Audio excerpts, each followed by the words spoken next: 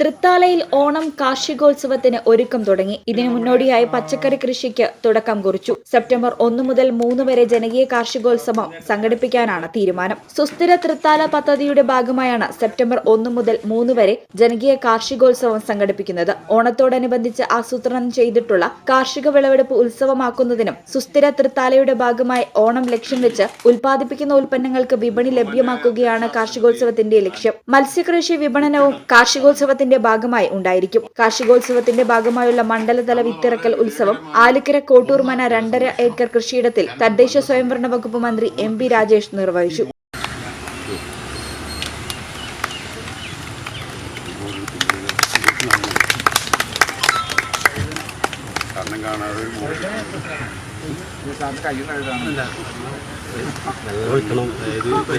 ശ്രീമതി മാരിയ കിബിത്തിയ കൃഷി അസിസ്റ്റന്റ് ഡയറക്ടറാണ്. അപ്പോൾ ഇവരുടെയൊക്കെ നേതൃത്വത്തിലാണ് കൃഷി വകുപ്പിന്റെ വലിയ പങ്കാളിത്തം ഇതിലുണ്ടായിട്ടുണ്ട്. അപ്പോൾ 7 ടണ്ണാണ് വിറ്റഴിച്ചത്. ആ അനുഭവത്തിൽ നിന്ന് പ്രചോദനവും ആവേശവും ഉൾക്കൊണ്ട് അന്ന് അവിടെ പ്രഖ്യാപിച്ചതാണ് ഇത് കഴിഞ്ഞാൽ ഉടൻ ഓണത്തിന് വേണ്ടിയിട്ടുള്ള കൃഷി ആരംഭിക്കും എന്ന്. ചാലിശ്ശേരി എന്നൊക്കെയുള്ള ധാരാളം കർഷകരെ നമ്മളൊന്ന് ആദരിച്ചിരുന്നു അവിടെ. അപ്പൊ അതിന്റെ തയ്യാറെടുപ്പ് നമ്മൾ ഉടൻ ആരംഭിച്ചു. കൃഷി വകുപ്പ് അതിന് നേതൃത്വം കൊടുത്തു. മാര്യത്തിന്റെ നേതൃത്വത്തിൽ ഒരു പെൺപടയാണ് തൃത്താലയിലെ കൃഷി ഓഫീസർമാർ. എല്ലാ നല്ല ഉത്സാഹമുള്ള ചെറുപ്പക്കാരാണ്.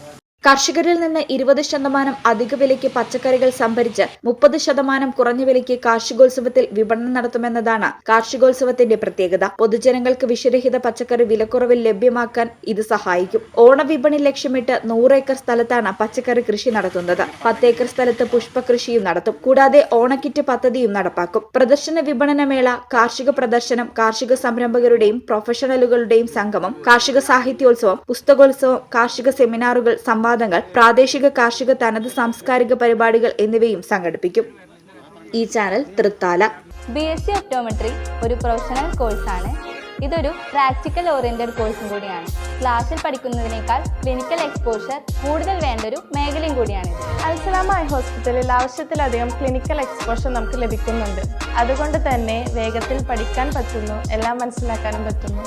We are very happy to be the part of Al Salama Optometry College.